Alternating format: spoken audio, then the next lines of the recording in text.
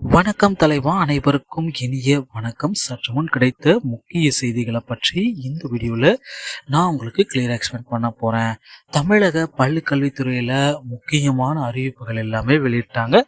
என்னென்ன வெளியிட்டிருக்காங்க, என்னென்ன நியமனங்கள் தொடர்றதுக்கு, ஸோ தேர்வுகள் தள்ளி வைப்பால் என்ன நடந்தது, டெட் கேஸோடைய முக்கிய அறிவிப்பு தான் என்ன, நீதிமன்றத்தோடைய இறுதி தீர்ப்பு தான் என்ன, ஸோ இதை பற்றி தாங்க இந்த வீடியோவில் ஒரு முழுமையான தகவலை உங்களுக்காக நான் சொல்ல போகிறேன். ஸோ தமிழகத்தில் ஆசிரியர் தேர்வு வாரியத்தின் மூலமாக பல்வேறு தரப்பட்ட மக்கள் எல்லாமே வெயிட் பண்ணிட்டு இருந்தாங்க. பணி நியமனங்கள் நடத்துவாங்க, ஸோ இன்னைக்கு நடத்துவாங்க, நாளைக்கு நடத்துவாங்க அப்படின்ட்டு வெளியிட்டிருக்காங்க. ஆனால் இதுவரை ஆசிரியர் தேர்வு வாரியம் எந்த விதமான முக்கியமான அப்டேட்டுகளையும் கொடுக்கவில்லை. பிஜிடிஆர்பிக்கு உண்டான அறிவிப்பும் கொடுக்கல. எந்த விதமான அப்டேட்டும் ஆசிரியர் தேர்வு வாரியத்தின் மூலமாக நமக்கு வெளியிடப்படலைங்க.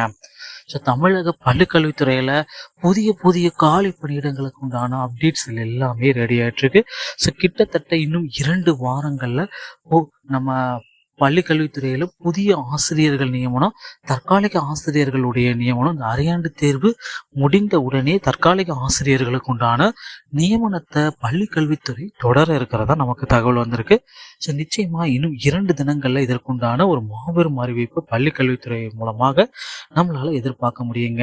ஸோ தமிழகத்துல ஆசிரியர் தேர்வு வாரியம், ஸோ இது பார்த்தீங்கன்னா தூங்கிட்டு இருக்கா? நிறைய பேர் கேள்வி கேட்குற கேள்வி இதுதான். ஸோ எவ்வளவு நாள் பார்த்தீங்கன்னா ஆசிரியர் தேர்வு வாரியம் என்ன நடந்தது, ஸோ இந்த கேசஸ் எல்லாமே என்ன நிலைமையில தற்சமயம் போயிட்டு இருக்கு, ஸோ தமிழ்நாடு டோட்டலா ஆசிரியர் தேர்வு வாரியத்துல எவ்வளவு ஆசிரியர்கள் தேவைப்படுகிறார்கள், இந்த கணக்கெடுக்கும் பணிகள் எல்லாமே தற்சமயம் போயிட்டு இருக்கு. ஸோ தமிழக ஆசிரியர் தேர்வு வாரியத்துல கிட்டத்தட்ட 2 லட்சத்திற்கும் மேற்பட்ட ஆசிரியர்கள் தேவைப்படுகிறார்கள்.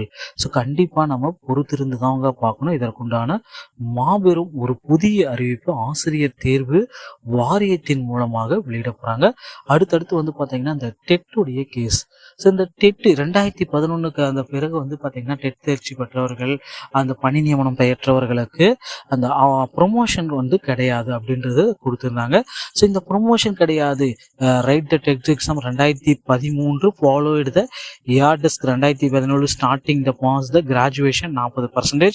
B.Ed could appear TET. They will started the recruitment notification 25/10/2023 அன்னைக்கு இது நோட்டிஃபிகேஷன் பண்ணிட்டாங்க.